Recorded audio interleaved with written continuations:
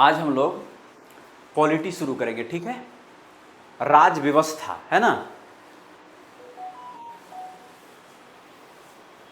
ये हमारा first class है, ठीक है।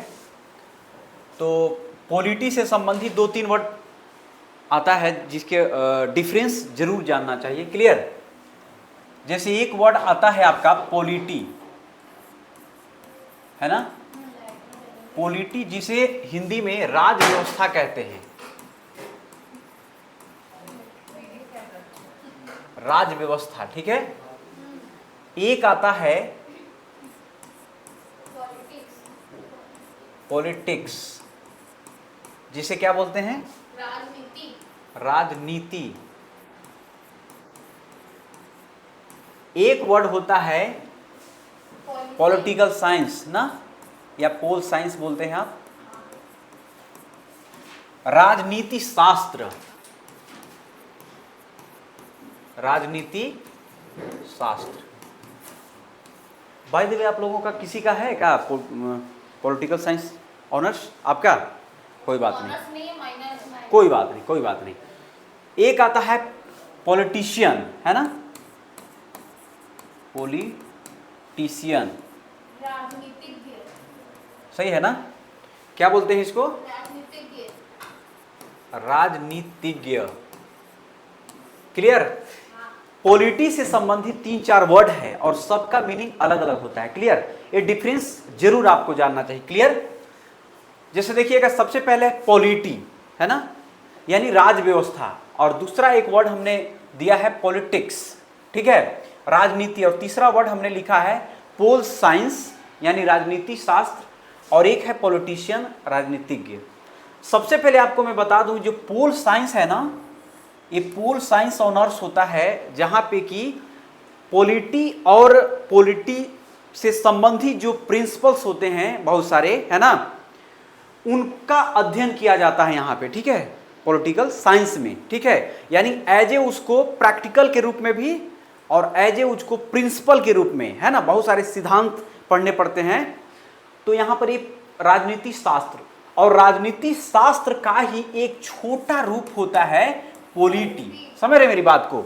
और जो राज व्यवस्था है, ये हमारा जो सिस्टम है ना, किसी भी देश को चलाने के लिए एक राजनीतिक सिस्टम होता है, क्लियर है ना, और उसके आधार पे हम देश को संचालित करते हैं, चलाते हैं, क्लियर। और एक पॉलिटिक्स का मतलब हो गया, जैसे अभी देखिए आचार संहिता का समय हो गया है, लागू हो गया है, क्लियर। अब आचार संहिता है ना, यानी देखिएगा अभी लोकसभा के चुनाव का घोषणा हो गया है ना, अब सभी जितने नेता हैं सब लोग क्या कर रहे हैं, राजनीति कर रहे हैं, यानी सत्ता पे काबिज करने के लिए जो एक्टिविटी करते हैं, दैट इज कॉल्ड पॉलिटिक्स हो गया, क्लियर। सब आरोप प्रत्यारोप करते हैं कि नहीं, एक दूसरे को नीचा दिखाने के लिए, ताकि जनता के बीच में हमारा मैसेज सही जाए, क्लियर। और एक पॉलिटिशियन वो व्यक्ति हो गया जो राजनीति कर रहा है, मेरी बात समझ पा रहे हैं, और जो एक्टिविटी उसके द्वारा किया जा रहा है वो राजनीति हो गया। यहां तक मेरी बात समझ गए होंगे आप, क्लियर। चलिए, तो मैं इस पे ज्यादा न जाकर के अब मैं सीधे आता हूं राज व्यवस्था पर, क्लियर। राज व्यवस्था है ना, अब यह राज व्यवस्था जो है, जिसे इंग्लिश में क्या कहते हैं, पॉलिटी, है ना। अब देखिए राज व्यवस्था जो है ना, 2 शब्द से बना हुआ है, क्लियर। क्या क्या शब्द है, एक है राज, है ना, अब यहां राज ऐसे भी होता है राज, और एक होता है व्यवस्था, सिस्टम, है ना। अब यहां पर देखिएगा, राज्य को चलाने के लिए जो सिस्टम है that is called polity, clear. अब राज्य जो है ना, state, that is called state. अब स्टेट के 2 टर्म होते हैं, स्टेट का 2 मीनिंग होता है, समझ रहे मेरी बात को, समझ रहे कि नहीं समझ रहे हैं? क्या होता है, एक स्टेट का मतलब, स्टेट यानी राज्य जिसको आप कह रहे हैं, उसके संदर्भ में भी इसका मीनिंग होता है ना, जिसको आप प्रांत भी कहते हैं, है ना, प्रोविंस। यहां तक मेरी बात समझ पा रहे होंगे। और दूसरा राज्य का मतलब एक व्यवस्था भी होता है, ठीक है। बता रहे हैं, बोलिए। एक तो होता है राज्य या प्रांत, प्रोविंस बोलते हैं, और स्टेट, तो उसके संदर्भ में भी इसका मीनिंग आता है पहला। और दूसरा जो इसका मीनिंग आ रहा है वो वास्तविक अर्थ किसी देश का राजनीतिक ढांचा, किसी देश की राजनीतिक ढांचा, यानी इंग्लिश में अगर इसको हम बोलें तो political structure of any country, है ना। तो इसके संदर्भ में भी हम इस राज्य का उल्लेख करते हैं, यानी राज्य को समझने के लिए दो अर्थ हैं इसके मतलब अर्थ निकल रहे हैं। एक तो राज्य के संदर्भ में भी हम यूज करते हैं, जैसे सपोज हमारा झारखंड स्टेट है ना, बिहार स्टेट हो गया, यूपी स्टेट हो गया, होता है कि नहीं होता है, या आजादी के समय अलग अलग जो मध्य प्रांत होता था, पश्चिमी प्रांत होता था कि नहीं। और दूसरा होता है कि किसी देश की राजनीतिक ढांचा, स्ट्रक्चर, जैसे सपोज अगर हम पॉलिटी की भाषा में भारत को कहें, है ना, तो भारत भी क्या है, एक राज्य है कि नहीं है। अब अभी मैं बताऊंगा अगला स्लाइड में कि आखिर राज्य होने के लिए क्या क्या एलिमेंट्स हैं, तत्व हैं। तो there are 4 elements of any state. राज्य के 4 तत्व होते हैं, यानी किसी भी राज्य को हम कैसे समझेंगे कि वो राज्य है या नहीं। मेरी बात समझ पा रहे हैं, समझ रहे हैं कि नहीं समझ रहे हैं, है ना। तो देयर आर 4 एलिमेंट्स, है ना।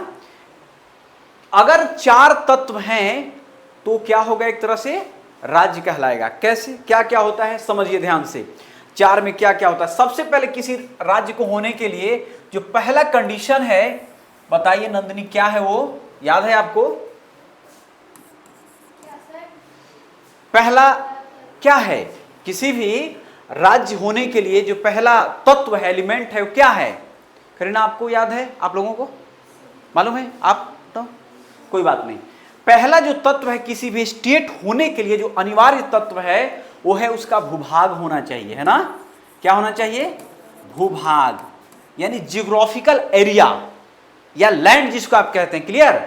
जैसे अब इसको आप ऐसे समझिए, झारखंड एक स्टेट है, एग्जांपल से मैं समझा रहा हूं, है ना। झारखंड के पास अपना लैंड है कि नहीं है? है ना, है ना। तो किसी भी स्टेट को होने के लिए जो अनिवार्य तत्व है पहला, वो क्या होना चाहिए? भूभाग, यानी लैंड होना चाहिए। यहां तक बात समझ गए होंगे मेरी बात। अब अगर लैंड है, क्लियर, तो उस भूभाग पर रहने के लिए कुछ लोग भी रहेंगे, होंगे कि नहीं होंगे। तो दूसरा जो हमारा जो तत्व है, एलिमेंट है, वो क्या है? दूसरा जो है जनसंख्या, जिसको इंग्लिश में क्या कहते हैं आप? पॉपुलेशन। मैं दोनों वर्ड बोल दे रहा हूं ताकि टर्म में आपको दिक्कत ना हो समझने के लिए। क्लियर? कोई दिक्कत नहीं ना हो रहा है? पॉपुलेशन, है ना। अब देखिए, पॉपुलेशन, जमीन है, भूभाग है किसी भी राज्य का, तो वहां पे कुछ जनसंख्या भी रहेगी। अब देखिए, मानव क्या होता है? एक ह्यूमन जो होता है, यानी जो मानव हम जो सब हैं, वो एक क्या है? सोशल प्राणी है कि नहीं है? पढ़ते होंगे पॉलिटी में। अरस्तु ने कहा था कि जो हम लोग हैं, लोग जो होते हैं वो क्या होते हैं? ह्यूमन क्या होता है? एक सोशल एनिमल होता है। हम लोग को एनिमल कहा है ना। अगर लोग रहेंगे तो ऐसा तो नहीं है कि सब लोग आराम से रहेंगे, मिलजुल के रहेंगे, उसमें से 10 लोग ठीक हैं, 2-4 लोग खुराफाती निकल जाएंगे, तो समाज में अव्यवस्था फैल जाएगी। हो सकता है कि नहीं हो सकता है? हो सकता है ना। ह्यूमन नेचर है। आप भी कहीं रहिएगा तो फैला ही दीजिएगा मजाक कर रहा हूं, है ना। तो उस समाज को संचालित करने के लिए, यानी सोसाइटी को कंट्रोल करने के लिए क्या होना चाहिए? सरकार होना चाहिए। होना चाहिए कि नहीं होना चाहिए? अब सरकार के अलग अलग फॉर्म्स हो सकते हैं, there are many forms of any government, but यहां पे जनसंख्या को कंट्रोल करने के लिए जो तीसरा हमारा जो एलिमेंट है, वो तीसरा एलिमेंट क्या है हमारा? सरकार है कि नहीं है? बताइए भाई। हाँ है। अब हमारे यहां सरकार, अगर आप पॉलिटी आगे चल के जब हम लोग पढ़ेंगे तो 7th जो शेड्यूल है, यानी 7वीं अनुसूची, उसमें देखिएगा separation between powers, separation of powers between state and centre, यानी केंद्र और राज्यों के बीच में जो शक्तियों का विभाजन दिया गया है ना। जैसे हमारे यहां देखिएगा 3 स्टेज पे सरकार होती है ना, सेंट्रल लेवल पे होती है अलग से केंद्र सरकार, राज्य के स्तर पे राज्य सरकार होती है। और 73rd और 74th जो अमेंडमेंट हुआ 1992 में, 73वां और 74वां जो संविधान संशोधन हुआ, जिसमें कि हमने एक लोकल गवर्नेंस, स्थानीय स्वशासन को एक संवैधानिक दर्जा दिया, यानी पंचायती राज व्यवस्था और नगर पालिका। समझ रहे हैं बात को? तो अभी हमारे यहां देखिएगा 3 स्टेजेज पे सरकार है कि नहीं है? समझ रहे हैं मेरी बात को ना? तो सरकार यानी गवर्नमेंट होनी चाहिए, किस लिए भाई? क्योंकि हम लोग जो हैं राज्य को चलाने के लिए राज्य को चलाने के लिए, यानी समाज को कंट्रोल करेगा ना, ओवरऑल स्टेट को ही। अब यहां पर देखिए 3 चीज हमने बताया आपको, लैंड होना चाहिए, पॉपुलेशन होना चाहिए, गवर्नमेंट। तो तीनों चीजें झारखंड के पास भी है, भारत के पास भी है ना? लेकिन जो चौथी चीज जो सबसे इंपॉर्टेंट है वो क्या है? संप्रभुता, है ना? वो क्या है? संप्रभुता, है ना? और इंग्लिश में इसको क्या बोलते हैं?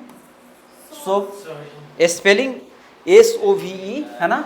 REIGNTY होता है ना, सोवर्निटी बोलते हैं अंग्रेजी में। संप्रभुता, अब समझिएगा मेरी बात को, ये क्या है? सबसे इंपॉर्टेंट है चारों में, है ना? समझने का प्रयास कीजिएगा। जैसे मैं एक एग्जांपल से आपको बता रहा हूं, अभी मोदी जी जब जाते हैं विदेश में, है ना, तो देखिएगा विदेश में जाते हैं तो समझौता होता है 2 कंट्रीज के बीच में, है ना? किसी भी मुद्दे पे एग्रीमेंट होता है। तो भारत सरकार क्या किसी अन्य देश की सरकार से या अन्य इंटरनेशनल कोई भी ऑर्गेनाइजेशन होती है, चाहे संयुक्त राष्ट्र संघ हो या कोई, किसी से पूछ के सरकार एग्रीमेंट करती है क्या? नहीं ना करती है। नहीं, क्यों? क्योंकि भारत जो है जब आजाद हुआ 1947 में, है ना, और 1950 में जब हमारा संविधान लागू हुआ, तो उसी दिन से भारत एक गणतंत्र राज्य हो गया, रिपब्लिकन कंट्री के रूप में पूरे दुनिया के पटल पे स्थापित हुआ। क्लियर? तो भारत के पास संप्रभुता है, यानी भारत देश किसी भी मुद्दे पे समझौता करने के लिए किसी से नहीं पूछेगा। मेरी बात समझ पा रहे हैं? लेकिन दूसरी, स्वयं में प्रभुत्व, हाँ, स्वयं में, अपने आप में, यानी आंतरिक रूप से भी और बाह्य रूप से भी, दोनों सक्षम है अपने आप में। मेरी बात समझ पा रहे हैं? लेकिन अगर मैं एग्जांपल दूं झारखंड की, ठीक है, झारखंड सरकार के पास भूभाग भी है, जनसंख्या भी है, गवर्नमेंट भी है, लेकिन संप्रभुता, क्या झारखंड सरकार ऐसा कर सकती है कि भारत राष्ट्र से वो अलग होकर के एक अलग राष्ट्र बना ले? संभव है? It is possible? It is not possible, है ना? यानी झारखंड सरकार के पास संप्रभुता नहीं है। तो अब बताइए मेरे को, मैंने क्या कहा कि राज्य व्यवस्था के अर्थ में, है ना, क्या झारखंड एक स्टेट माना जाएगा? नहीं। तो कौन माना जाएगा? भारत, इंडिया। इसीलिए देखिएगा भारत के संविधान में आर्टिकल जो 1 है उसमें लिखा हुआ है India that is union of state. समझ रहे में? आगे चल के मैं बताऊंगा कि यूनियन शब्द क्यों लिखा गया है, ठीक है? एक, हाँ, फेडरेशन भी एक वर्ड होता है, फेडरल, है ना, कन्फेडरेशन होता है, सब कुछ बताऊंगा धीरे धीरे, है ना? तो यहां तक मेरी बात समझ में आ गया? तो मैं राज्य व्यवस्था से चला था, स्टार्ट किया था, और राज्य व्यवस्था को यानी राज्य को चलाने के लिए जो सिस्टम है उसकी मैं बात कर रहा हूं यहां पे, है ना? और यह राज्य व्यवस्था जो है वो एक तरह से अमूर्त है। अमूर्त का मतलब है कि आप देखते हैं जैसे हमारे यहाँ भारत की सरकार है, राज्य की सरकार है, अलग अलग जो गवर्नमेंट है, तो हम लोग डायरेक्ट उसको न देख पा के महसूस करते हैं, नहीं कि हमारे प्राइम मिनिस्टर हैं, है ना, ये हमारे चीफ मिनिस्टर हैं। क्लियर? यहां तक मेरी बात आई थिंक आप समझ गए होंगे। कोई दिक्कत समझने में? नहीं ना? चलिए आगे बढ़ते हैं हम लोग। अब एक वर्ड आपको आता है राष्ट्र के बारे में, है ना, जरा वो भी आपको समझा ही दूं, है ना, कि राष्ट्र क्या होता है। जैसे बार बार देखिएगा हमारे यहाँ भारत में 2 विचारधाराएं हैं, है ना, एक वामपंथी विचारधारा और एक दक्षिणपंथी, जिसको आप राष्ट्रवादी विचारधारा, है ना। एमए में एक सिलेबस में हम लोगों ने पढ़ा था, हिस्ट्री में देखिएगा वहाँ पर है कि अलग अलग दृष्टिकोण हैं, यानी अप्रोचेज हिस्ट्री लिखने की। उसमें देखिएगा जब अंग्रेज लोग भारत में आए थे ना, तो देखिएगा उन्होंने एक ब्रिटिश अप्रोच के माध्यम से क्या किया, अपनी खूब बड़ाई किया, है ना। फिर दूसरा एक राष्ट्रवादी लोग आए, उन्होंने प्राचीन भारत के इतिहास को खूब बढ़ा चढ़ा के लिखा, है ना, और मध्यकाल के इतिहास को बहुत गलत बताया, ठीक है। उसी आगे चल के फिर राष्ट्रवादी इतिहासकार लोग अलग, मैंने बहुत सारे इसके वामपंथी विचारधारा के लोग आए, तो उन्होंने अर्थव्यवस्था को केंद्र में रखा। समझ रहे मेरी बात को। तो मैं जो कह रहा हूं कि अलग अलग जो विचारधाराएं हैं, कोई विचारधाराएं गलत नहीं है, सबका देखने का नजरिया अलग अलग होता है। समझ रहे मेरी बात को। तो हमारे यहां देखिएगा राष्ट्र एक वर्ड आता है, राष्ट्रवाद, है ना, समझ रहे मेरी बात को, और वहीं से एक राष्ट्र आता है, कॉन्सेप्ट है, जिसको आप नेशन कहते हैं, क्लियर, है ना, इसको नेशन बोलते हैं इंग्लिश में, नेशन, है ना, राष्ट्र। इसी से नेशनलिज्म बोलेंगे तो राष्ट्रवादी हो जाएगा। समझ रहे मेरी बात को। तो अब देखिए जैसे राष्ट्र क्या होता है, तो राष्ट्र कुछ नहीं है, बल्कि राष्ट्र क्या है, एक इमोशनल लगाव है, एक भावनात्मक क्या है, लगाव है। समझ रहे मेरी बात को। राष्ट्र क्या है, राष्ट्र जो होता है एक भावनात्मक लगाव होता है ना यहां पर। और यहां पर क्या होता है, दूसरी बात कि धर्म और संस्कृति, है ना, यानी हमारा रिलीजन और कल्चर, है ना, ये हमारा केंद्र में होता है, प्रायोरिटी में होता है। मेरी बात को समझ पा रहे हैं। अभी देखिए वर्तमान की जो हमारी सरकार है केंद्र में, देखिएगा यहां पे इनका प्रायोरिटी ज्यादा, हर चीज को राष्ट्रवादी विचारधारा से देखेंगे। लेकिन वही देखिएगा विपक्ष के जो लोग हैं, है ना, वो देखिएगा वो क्या करते हैं, अर्थव्यवस्था को केंद्र में, जैसे राहुल गांधी, हालांकि प्लेटफॉर्म पे नाम नहीं लेना चाहिए, लेकिन फिर मैं कुछ वैसा नहीं बोल रहा हूं। लेकिन देखिएगा विपक्ष के जो भी लोग हैं क्या करेंगे, बेरोजगारी, महंगाई की बात करेंगे हमेशा, मैंने प्रायोरिटी उसको रखेंगे। समझ रहे मेरी बात को। और वही जो अभी केंद्र की सरकार है वो क्या करेंगे, धर्म और संस्कृति को केंद्र में रखेंगे। हालांकि सब लोग अपने अपने जगह पे सही हैं, कोई गलत नहीं है, सबका देखने का नजरिया अलग अलग होता है। यहां तक मेरी बात समझ पा रहे हैं। तो नेशन का मतलब क्या है, एक तरह से इमोशनल अटैचमेंट होता है ना, और कल्चरल एक तरह से यूनिटी की बात करता है यहां पर, क्लियर। भावनात्मक लगाव का मतलब अंग्रेजी में अगर बोले तो इमोशनल अटैचमेंट, है ना, अटैचमेंट, है ना, यहां तक बात समझ पा रहे होंगे। और कल्चरल यूनिटी, सांस्कृतिक रूप से एकता, सांस्कृतिक रूप से एकता की हम लोग बात करते हैं, है ना। तो यहां तक बात मेरी समझ गए होंगे। तो आपने यहां नेशन को भी समझ लिया, है ना, और स्टेट को भी समझ लिया। यहां तक कोई दिक्कत समझने में नहीं ना, बोलिए। चलिए अब आगे थोड़ा सा हम लोग बढ़ते हैं। ये सब टर्म आएगा जब हम शुरू करेंगे क्लासेज, ये सब टर्म आएगा, आपको क्लियर होना चाहिए, क्लियरिटी होना चाहिए। क्योंकि देखिए होता क्या है ना, किसी भी सब्जेक्ट जब आप पढ़ते हैं तो उसमें जो टर्म आते हैं, अलग अलग शब्द, होता क्या है ना, उसी के बारे में लोगों को क्लियर पता नहीं होता है, और पूरा पढ़े जा रहे हैं, पढ़ाए जा रहे हैं, कोई मतलब नहीं है ना।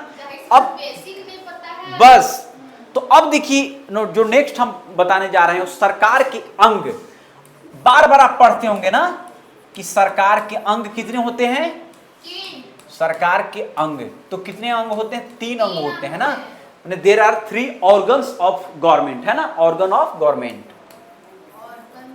है ना, ऑर्गन्स भी बोल सकते हैं, है ना। अब समझिए सरकार के 3 अंग। अब बताइए आप लोग, एनीबडी, आप जानते हैं, डू यू नो कौन कौन होते हैं, पता है? नहीं, हाँ, वेरी गुड। आप बताइए, आप जानते हैं? नहीं ना, कोई बात नहीं, सब जान जाइएगा, टेंशन मत लीजिए, शुरुआत है अभी, आपको तो पता होगा। यस, तो सरकार के there are 3 organs of any government, है ना। हमने बताया था सबसे पहला जो होता है क्या होता है, विधायिका, है ना, विधायिका, जिसको लेजिस्लेचर बोलते हैं या लेजिस्लेटिव बोलते हैं आप, विधायिका, है ना, विधायिका, क्लियर। इसको अंग्रेजी में लेजिस्लेटिव, है ना। दूसरा होता है हमारा कार्यपालिका, क्लियर, कार्यपालिका, जिसको इंग्लिश में कहते हैं एग्जीक्यूटिव ना, EXE, एग्जीक्यूटिव, क्लियर। और जो तीसरा हमारा होता है वो होता है न्यायपालिका। कोई दिक्कत समझने में? अब लेकिन यहां समझिए, पहले जुडिशियरी बोलते हैं इसको ना, जुडिशियरी। कोई दिक्कत नहीं ना है, मैं टर्म सब इंग्लिश में भी हिंदी में लिख दे रहा हूं ताकि आपको समझने में दिक्कत नहीं होगी, है ना, कोई भी आप जब बुक पढ़ेंगे। अब देखिए विधायिका का मतलब क्या होता है, तो ऐसी इंस्टीट्यूशन, ऐसी संस्थान या संस्था जो क्या करती है, कानून का निर्माण करती है ना, यानी मेकिंग ऑफ लॉ, है ना, लॉ का यानी कानून का निर्माण करने वाली जो बॉडी है ना, इस कानून की जरूरत है या लाना है, हाँ, उसको कानून देखती है। का निर्माण करने वाली, है ना, कानून का निर्माण करने वाली संस्था। यहां तक बात समझ पा रहे हो, यानी कि वैसी इंस्टीट्यूशन जो क्या करती है, लॉ मेकिंग का काम करती है ना, एक्ट बनाती है ना। अभी मैंने एक वर्ड बोला एक्ट, एक बोला लॉ, एक वर्ड और बोलूंगा मैं बिल, सब में अंतर है ना। मतलब हो गया अधिनियम, अधिनियम यानी मतलब हो गया कानून। हाँ, देखिए जैसे होता क्या है ना कि जब कोई भी किसी भी मुद्दे पे जब हम कानून लाते हैं तो बनाने के लिए सबसे पहले क्या करते हैं हम लोग, प्रपोजल बनाते हैं, उसका प्रस्ताव, यानी उसमें क्या क्या चीज हम क्या करेंगे उसमें रखेंगे, क्लियर। तो सबसे पहले प्रपोजल तैयार होता है, अब उस प्रपोजल को कहते हैं हम लोग बिल, यानी विधेयक हिंदी में, क्लियर।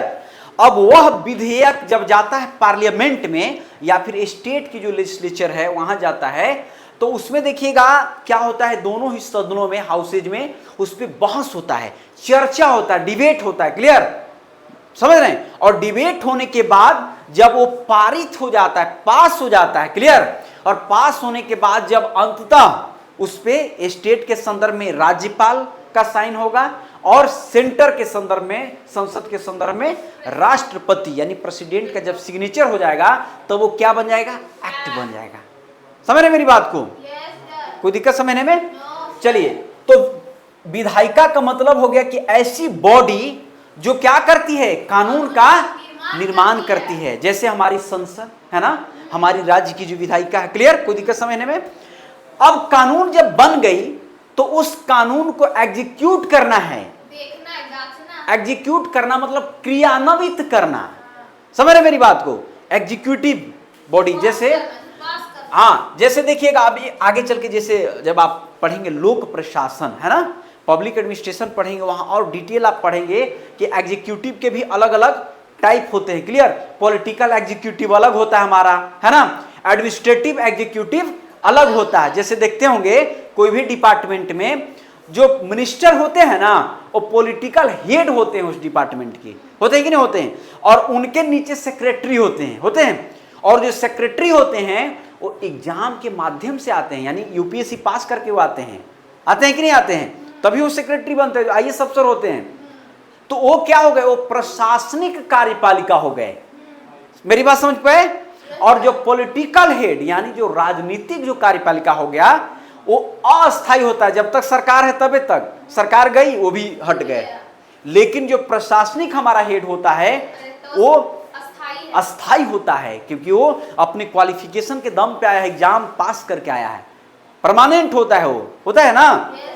तो यहां पर देखिएगा जो मैं अभी पढ़ा रहा हूं कि कार्यपालिका यानी जो उस कानून को एग्जीक्यूट करती है यानी क्रियान्वित करती है। यहां तक बात समझ गए।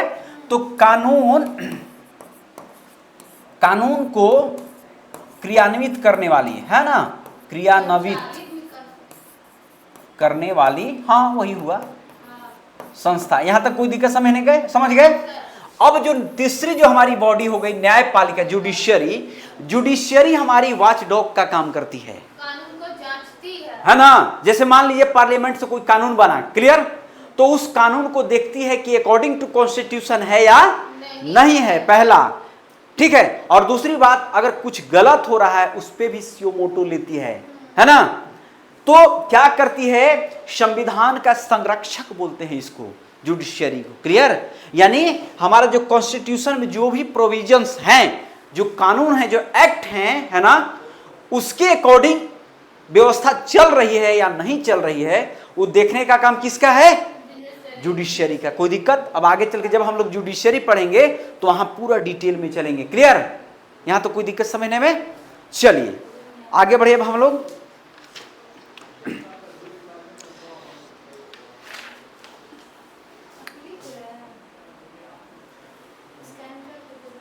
चलिए नोट्स वगैरह सब मिल जाएगा, टेंशन मत लीजिए, ध्यान से क्लास में ना एकदम ध्यान से पहले सुनिए, है ना, बाकी सब कुछ दे देंगे, टेंशन मत लीजिए आप, ठीक ना।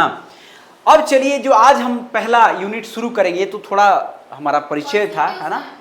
तो सबसे पहले हम लोग संविधान की बात करेंगे ना, क्योंकि हम संविधान, है ना, और संविधान में भी भारत की संविधान की हम लोग बात करेंगे, है ना।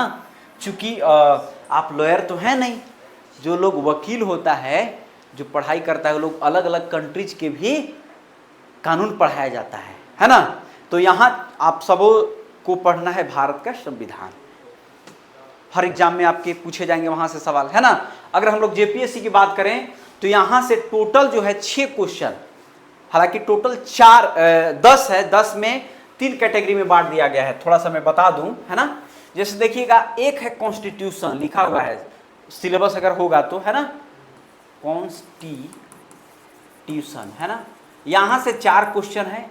इसके बाद जो हमारा पंचायती राज व्यवस्था है और म्यूनिसिपल, है ना, इंस्टीट्यूशन, यहाँ से 2 क्वेश्चन है, और जो पब्लिक एडमिनिस्ट्रेशन है हमारा, है ना, यहाँ से 4 क्वेश्चन, टोटल कितना हो गया 10, है ना, प्री में, है ना। अगर इसी को हम लोग मेंस की बात करें, पीटी की बात कर रहा हूँ मैं, है ना, किसकी बात कर रहा हूँ, जेपीएससी पीटी की।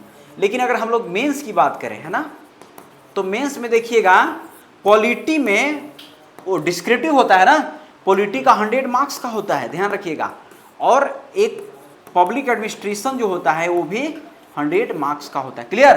दोनों मिला करके जो ये पेपर होता है ये 200 मार्क्स का होता है। डिस्क्रिप्टिव आपको सब्जेक्टिव लिखना पड़ता है, क्लियर।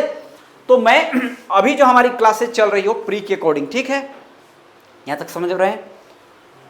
चलिए तो सबसे पहले हम लोग बात करेंगे, संविधान का अर्थ क्या हैं, क्या बोल रहे हैं, फिर से बोलिए। संविधान का क्या अर्थ है? हाँ, अब बताइए, मैं आपसे पूछना चाह रहा हूं, संविधान क्या होता है, व्हाट इज कॉन्स्टिट्यूशन, है ना, क्या है। इसके द्वारा राज्य और हाँ अभी भी लिखवाए हैं।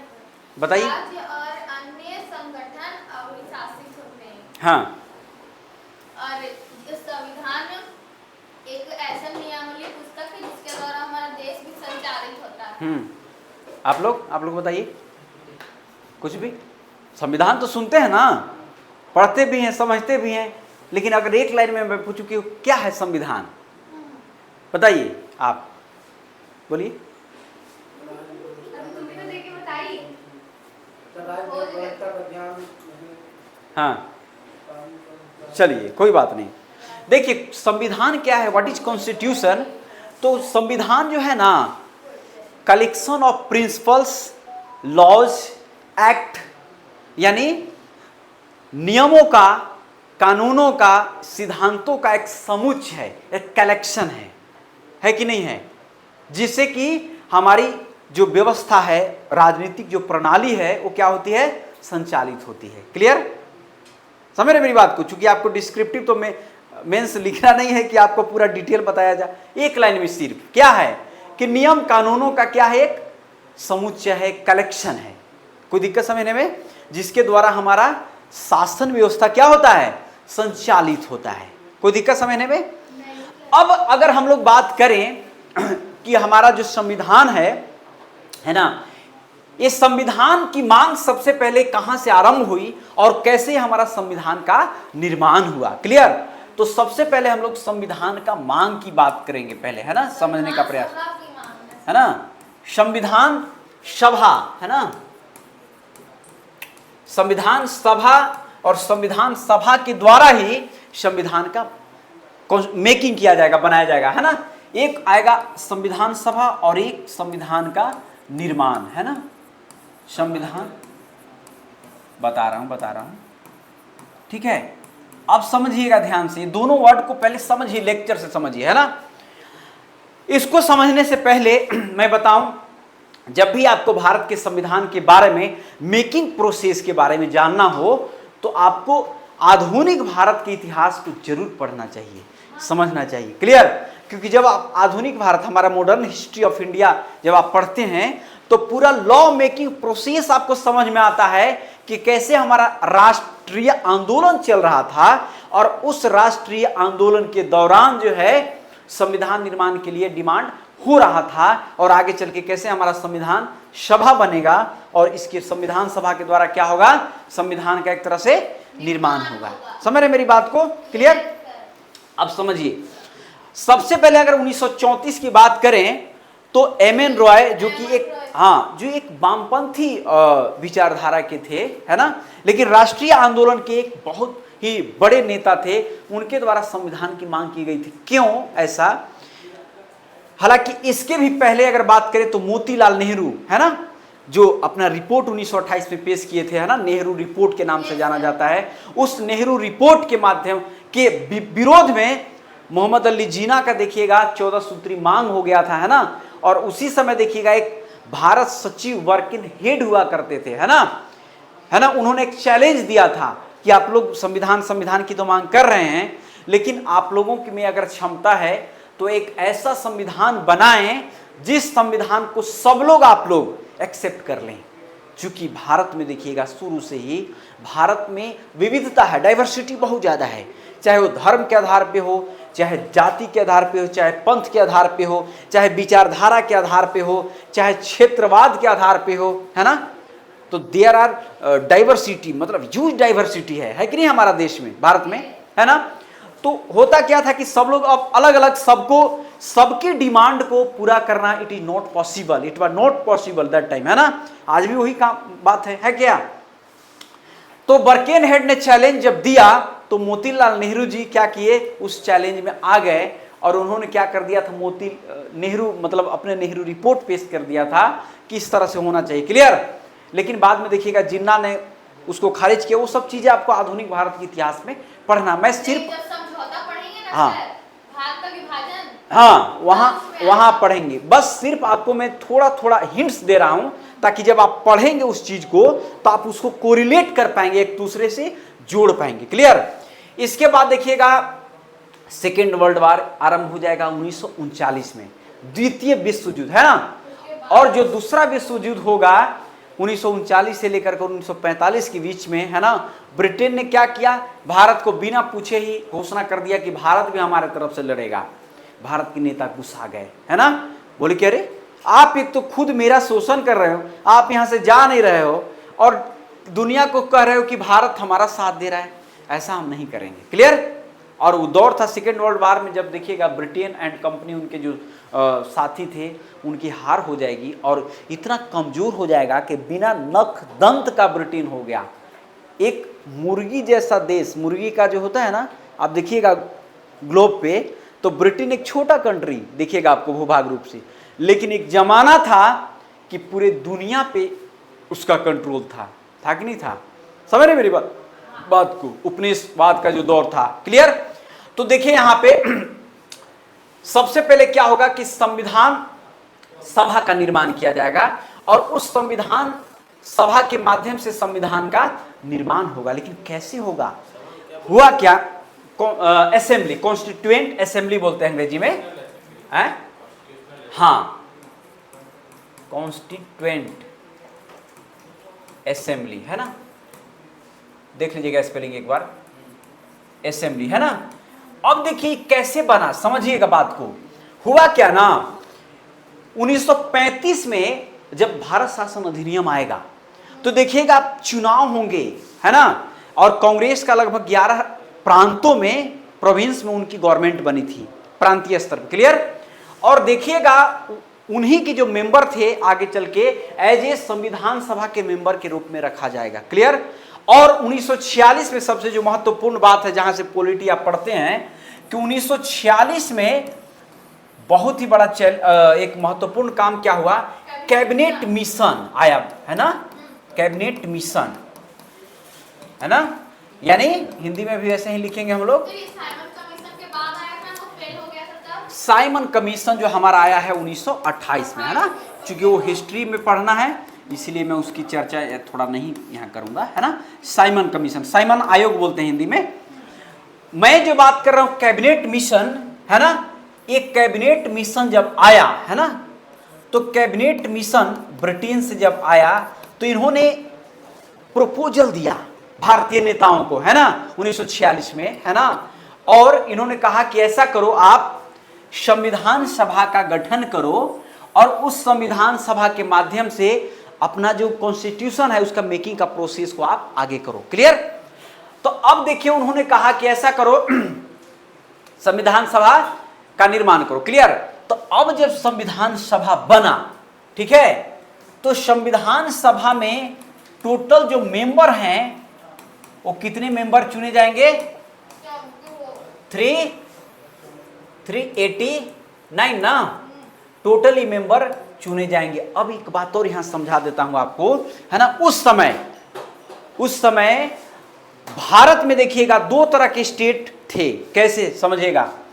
एक को बोलते थे ब्रिटिश प्रांत। क्या बोलते थे?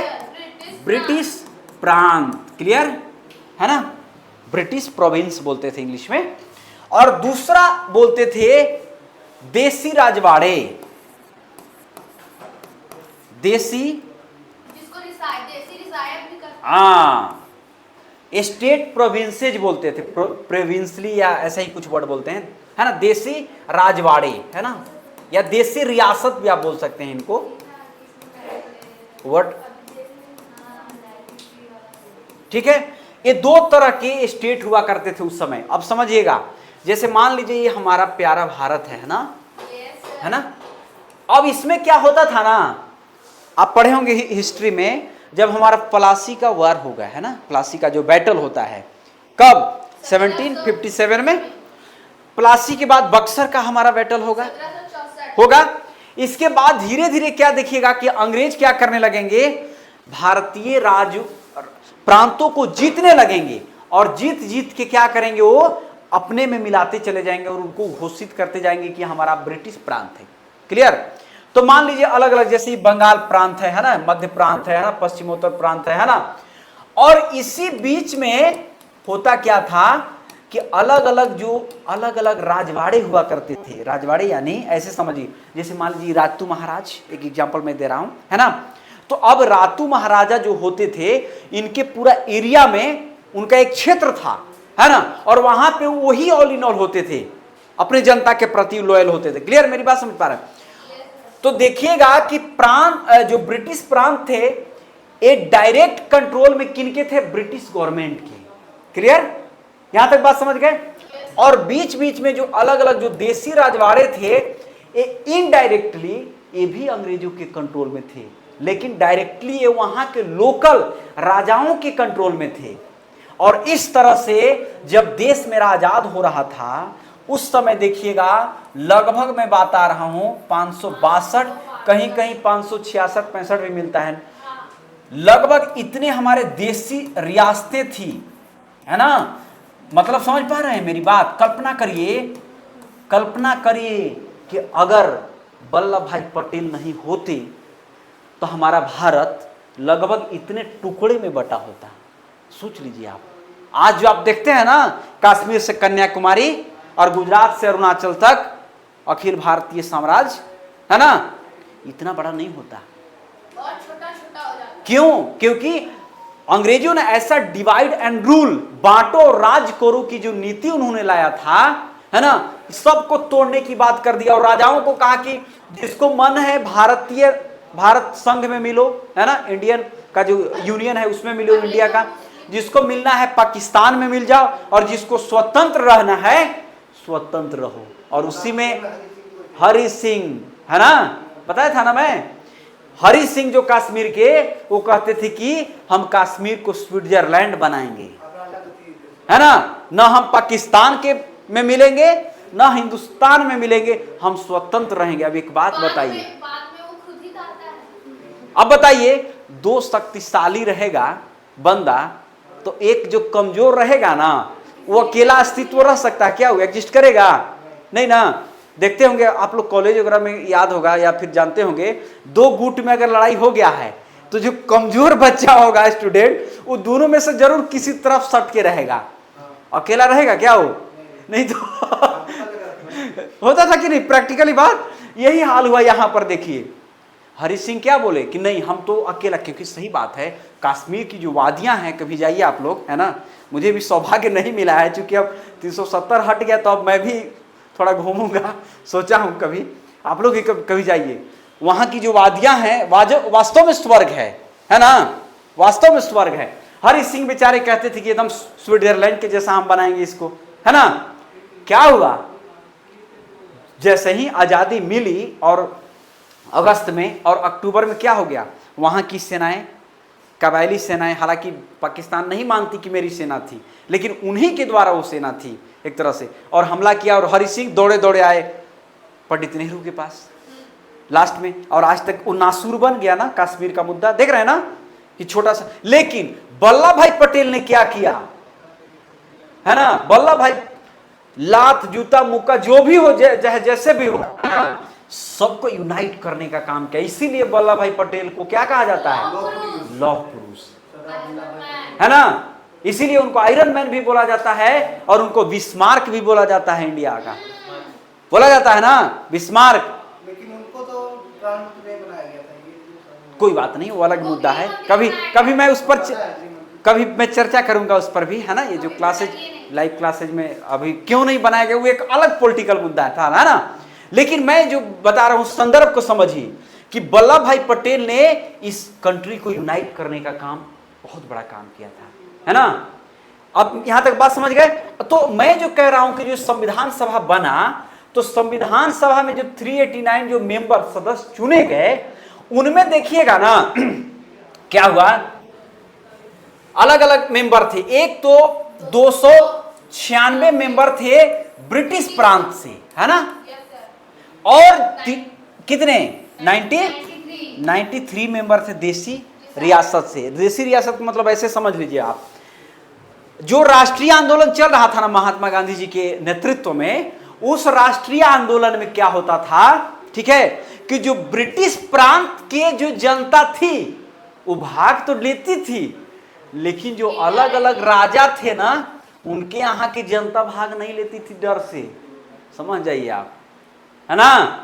और राजा लोग नहीं चाहते थे कि हम लोग का राजशाही जाए, कोई भी चाहेगा जी, नहीं चाहेगा, समझ रहे। यही कारण था कि शुरुआत में जब संविधान सभा बना, कॉन्स्टिट्यूंट जब असेंबली बना, उस समय देसी रियासत सब लोग अपना अपना मेंबर नहीं भेजते थे, शामिल नहीं होना चाहते थे, नहीं हम नहीं शामिल होंगे। लेकिन धीरे धीरे समय के साथ वो लोग शामिल होते चले गए। यहां तक बात समझ गए। तो देसी जो राजवाड़े थे वो अपने यहां से मनोनीत करके, समझ रहे मेरी बात को, अपने यहां से नॉमिनेट करके, नॉमिनेशन बोला जाता है, ठीक है, तो नॉमिनेट करके एक मेंबर को भेजते थे कि जाओ मेरा एज ए रिप्रेजेंटेटिव के रूप में जाओ तुम वहां संविधान सभा में, अपनी बात रखना, क्लियर। और ब्रिटिश प्रांत में इलेक्शन हुआ, हालांकि उस समय नहीं, 1935 का जो इलेक्शन हुआ था उसकी मैं बात कर रहा हूं, और प्रांतों में जो इलेक्शन हुए थे और उनके मेंबर को, ब्रिटिश प्रांत के जो मेंबर थे जो इलेक्टेड थे, माने नॉमिनेटेड और इलेक्टेड दोनों में अंतर, देयर आर डिफरेंस बिटवीन, है ना, इलेक्टेड एंड नॉमिनेटेड। तो देसी राजा लोग क्या किया, नॉमिनेट करके अपने मेंबर को भेजा। कितने लोग, 93 लोग। यहां तक समझ गया, स्पष्ट हो रही बातें। और जो ब्रिटिश प्रांत के लोग थे वो 296 मेंबर गए। अब इसमें भी दो कैटेगरी है, ध्यान रखिएगा, थोड़ा समय, हालांकि वहां से एग्जाम में नहीं आते क्वेश्चन, लेकिन आपको बता देता हूं, 292 + 4, है ना। अभी 4 अलग अलग क्या थी, जैसे मैं बता रहा हूं आपको, जहां डायरेक्ट वायसराय के कंट्रोल में, जैसे बंगाल अलग एक क्षेत्र था, या फिर मद्रास प्रांत अलग अलग, ठीक है, बॉम्बे, है ना, तो अलग अलग डायरेक्ट वायसराय के कंट्रोल वाला क्षेत्र था, है ना, इसकी मैं बात कर रहा हूं। और बाकी जो प्रांतें थी जहां पे इलेक्शन होता था उनकी बात मैं कर रहा हूं। तो टोटल 296 मेंबर कहां गए, संविधान सभा में, संविधान सभा में, क्लियर। अब जब गए मेंबर, तब क्या होगा भाई बताइए, मेंबर जाएंगे तो अपनी बात रखेंगे कि नहीं रखेंगे, हैं, डिबेट होगा ना।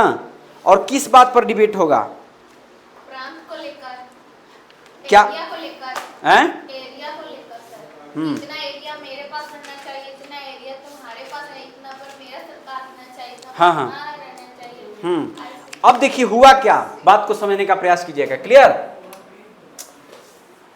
अब देखिए हुआ क्या कि जब लोग गए, है ना, तब संविधान सभा की जो बैठक है, सिटिंग, वो स्टार्ट हो जाएगा प्रोग्रेस में। कैसे होगा समझिएगा ध्यान से।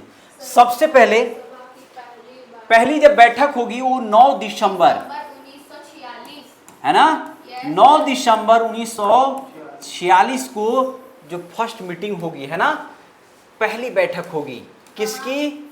संविधान सभा की पहली बैठक ना, लाइब्रेरी में, जिसको आप संसद भवन, पुरानी वाली संसद भवन, है ना, है ना, पहली बैठक। अब समझिएगा ध्यान से, किसी भी सभा को चलाने के लिए बैठक होती है, वहां पे कोई चेयरमैन को चुना जाएगा, तभी ना उस सभा को संचालित करेगा कि नहीं करेगा। तो देखिएगा संविधान सभा की जो पहली बैठक हुई वो कब हुई? 9 दिसंबर 1946 को। और यहां पे अध्यक्ष चुना जाएगा, है ना, किन को बनाया जाएगा? अब यहां पर एक वर्ड आता है अस्थायी, टेम्पोररी। एक होता है परमानेंट चेयरमैन और दूसरा होता है टेम्पोररी। क्लियर? अभी कोई उपलब्ध नहीं था उस समय, बहुत बुजुर्ग भी थे, उसे चिदानंद सिन्हा को बनाया गया था अस्थायी ना, टेम्पोररी चेयरमैन की मैं बात कर रहा हूं, है ना। क्यों? क्योंकि 2 दिन के बाद राजेंद्र बाबू को बना दिया जाएगा परमानेंट। क्लियर? तो देखिएगा अस्थायी अध्यक्ष के रूप में डॉक्टर सच्चिदानंद सिन्हा साहब को, है ना, डॉक्टर सच्चिदा, है ना, नंद, बिहार से थे, है ना, है ना, इनको चेयरमैन चुना जाएगा, बनाया जाएगा। क्लियर? और संविधान सभा की जो कार्यवाही है, जो बैठक है, वो आरंभ हो जाएगी। क्लियर? यहां तक बात समझ पा रहे हैं? और देखिएगा जब आरंभ हो जाएगी, इसके बाद 11 दिसंबर को, क्लियर, 11 दिसंबर को क्या किया जाएगा? डॉक्टर राजेंद्र प्रसाद को ना,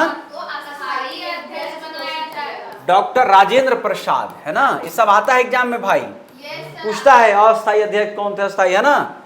मैं वही चीज बता रहा हूं जो आपको एग्जाम में, है ना। हाँ, दिल्ली में हुआ था, सेंट्रल हॉल जिसको बोला जाता है। ठीक है, दिल्ली में पहली बैठक मैं लिख ही देता हूं, है ना, दिल्ली में, दिल्ली के सेंट्रल हॉल जिसको आप पुरानी संसद भवन। क्लियर? जो संसद भवन है 1921 से 1927 के बीच में बनी थी, पुरानी वाली, जानना चाहिए, है ना, पुरानी संसद, लुटियंस बोला जाता है संसद, 1921 से 27 के बीच में, है ना। अभी तो नई बन गई, है ना, नई 28 सितंबर को उसका इनॉग्रेशन हो गया, है ना, जानना चाहिए सब चीज। अभी जेपीएससी में एक क्वेश्चन आया था, अगर आप अस्थाई, परमानेंट, परमानेंट, हाँ, अस्थाई, अस्थाई बने, है ना, अस्थाई अध्यक्ष, ये ध्यान रखिएगा। एक आया था एग्जाम में कि जो नई संसद भवन है ना, उसका डिजाइन कौन किया था? विमल पटेल साहब का, बार बार न्यूज में आ रहा था। तो आप लोगों को एक बात और बता रहा हूं, अगर आप पॉलिटी पढ़ रहे हैं, ठीक है, चाहे कोई भी आप सब्जेक्ट पढ़ते हैं, तो पेपर जरूर पढ़ा करें, न्यूज़पेपर। हाँ हाँ हाँ, लुटियंस, है ना, 2 लोग थे, है ना, क्या करें, क्या चीज, हाँ, सब दिया हुआ है, टेंशन मत लीजिए, है ना। तो अस्थायी अध्यक्ष बनाया गया किनको? राजेंद्र प्रसाद को। यहां तक बात समझ पा रहे हैं? इसके बाद देखिएगा 11 दिसंबर, कब? 11 दिसंबर 1946 को क्या हुआ? बहुत ही महत्वपूर्ण काम हुआ। उस दिन क्या हुआ था? ऑब्जेक्टिव रेजोल्यूशन, इंग्लिश में बोलते हैं, हिंदी में उद्देश्य प्रस्ताव। सॉरी 11, वो एक्चुअली बोला मैं शायद 13 ना, लिख दिया 11, 13 दिसंबर, हाँ 13 ना, 13 दिसंबर 1946 को उद्देश्य प्रस्ताव, है ना, पंडित जवाहरलाल नेहरू द्वारा, यस, ऑब्जेक्टिव रेजोल्यूशन बोलते हैं इंग्लिश में। जिसमें क्या क्या था? 22 जनवरी ऑब्जेक्टिव रेजोल्यूशन, है ना। अब समझिएगा ध्यान से, यहां पर जो उद्देश्य प्रस्ताव पारित हुआ, अभी जो आप संविधान में जब पढ़ते हैं ना, तो संविधान में जब आप पढ़ते हैं तो उसमें देखते हैं प्रस्तावना लिखा हुआ है ना, यस सर। उद्देश्य प्रस्ताव प्रस्तावना हम भारत है ना, के लोग। ऑब्जेक्टिव रेजोल्यूशन है ना। तो जो आप प्रियम्बल पढ़ते हैं, जो इसको आप इंग्लिश में प्रियम्बल कहते हैं, प्रियम्बल क्या होता है, पूरे संविधान को अगर आपके पास पढ़ने का समय नहीं है तो आप सिर्फ प्रियम्बल को पढ़ लीजिए, है ना, we the people of India, है ना, हम भारत के लोग, है ना। वो एक पेज का जो है ना वो पूरे संविधान का सार तत्व है। यानी पूरे संविधान को जब आप पढ़ेंगे और सिर्फ एक पेज को जब पढ़ेंगे तो आपको समझ में आ जाएगा कि अच्छा उसमें है ऑब्जेक्टिव रेजोल्यूशन बोला ना, अच्छा लिख देता हूं, ऑब्जेक्टिव है ना, ऑब्जेक्टिव रेजोल्यूशन है ना, उद्देश्य प्रस्ताव। अब उद्देश्य प्रस्ताव जो है किसके द्वारा, पंडित जवाहरलाल नेहरू के द्वारा, है ना।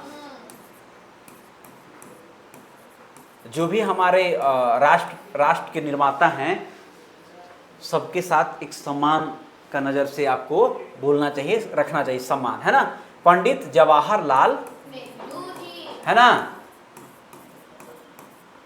चलिए अब इनके द्वारा क्या हुआ, उद्देश्य प्रस्ताव प्रस्तुत किया और आगे चल के देखिएगा इन्होंने जो जो बातें कही, है ना, क्या कहा इन्होंने, कहा कि भाई संविधान में क्या क्या बात होना चाहिए, फंडामेंटल राइट लोगों को मिलना चाहिए, मौलिक अधिकार मिलना चाहिए, है ना, फंडामेंटल ड्यूटीज होनी चाहिए, मूल कर्तव्य होने चाहिए, DPSP directive principle of state policy, यानी राज्य के नीति निर्देशक तत्व होने चाहिए, है ना, यानी जो भी व्यवस्थाएं होनी चाहिए और हम कंट्री को किस डायरेक्शन में लेके जाएंगे उस सारी की सारी बातें उन्होंने उस ऑब्जेक्टिव रेजोल्यूशन में पेश किया था। यहां तक बात समझ पा रहे हैं। और आगे चल के उन्हीं को संशोधित करके क्या बनाया गया, प्रियम्बल। तो यहां से भी क्वेश्चन आएगा आपसे, है ना, कि प्रियम्बल को पहले क्या कहा जाता था, उद्देश्य प्रस्ताव, ऑब्जेक्टिव रेजोल्यूशन, और वही ऑब्जेक्टिव रेजोल्यूशन आगे चल के क्या कहा गया, प्रियम्बल, प्रस्तावना। कोई दिक्कत समझने में, कॉन्सेप्ट अगर आप क्लियर रखेंगे ना, प्रस्तावना है ना, प्रियम्बल, तो आपको दिक्कत नहीं होगी कोई भी सब्जेक्ट को पढ़ने में। क्लियर, कॉन्सेप्ट क्लियर आपका होना चाहिए। यहां तक बात समझ गए। इसके बाद जब आगे चल के देखिएगा बहुत सारी कमेटियां बनेंगी, अलग अलग कमेटियां ना, लगभग 13 बड़ी बड़ी कमेटियां बनेंगी और छोटी भी बहुत सारी कमेटियां थी, उस सब मैं दूंगा नोट्स में भी। अलग अलग कमेटियां क्यों बनी, अलग अलग विषयों पर विशेष रूप से विचार करने के लिए, है ना। संघ समिति, संविधान समिति, झंडा समिति, है ना, मौलिक अधिकार से संबंधित समिति, अल्पसंख्यकों की समिति, अलग अलग समितियां, कमेटियां गठित होंगी और अलग अलग समिति अलग अलग लोगों के अध्यक्षता में सौंपी जाएगी। क्लियर, और क्यों सौंपी जाएगी, क्योंकि उस पर अपने वो विचार देंगे। क्लियर, और विचार देंगे और उन्हीं बातों को क्या किया जाएगा, लिखा जाएगा। और आगे चल के एक बहुत ही महत्वपूर्ण कमेटी बनी 29 अगस्त, है ना, 29 अगस्त 1947 को ड्राफ्टिंग कमेटी, है ना, प्रारूप समिति बोलते हैं ना, प्रारूप समिति, जिसके अध्यक्ष बनाए गए डॉक्टर भीमराव अंबेडकर ना, डॉक्टर BR अंबेडकर। क्लियर, तो देखिएगा इसके माध्यम से जो है 29 अगस्त 1947 को, ये आता है एग्जाम में, मैं बार बार कह रहा हूं, पूछता है कई बार कि प्रारूप समिति के अध्यक्ष कौन थे। और एक बात और कई बार पूछा हुआ है, इसीलिए तो मैं बोल रहा हूं भाई, मैं जो पढ़ा रहा हूं ऐसे थोड़ी पढ़ा रहा हूं है ना। कितने मेंबर थे इसमें भाई, 7 सदस्य ना, है ना, कितने मेंबर थे, 7 सदस्य, है ना, 7 मेंबर, है ना, आता है एग्जाम में, इसलिए मैं बता रहा हूं। और इसके अलावा भी बहुत सारी कमेटियां गठित हुई, है ना। और देखिएगा जो 13 हमने बताया आपको 13 दिसंबर, है ना, 13 दिसंबर ऊपर में लिखा था मैं, नहीं, 13 दिसंबर 1946 से लेकर के जिस दिन ऑब्जेक्टिव रेजोल्यूशन को पेश किया गया था उसी दिन से संविधान को लिखना आरंभ कर दिया जाएगा।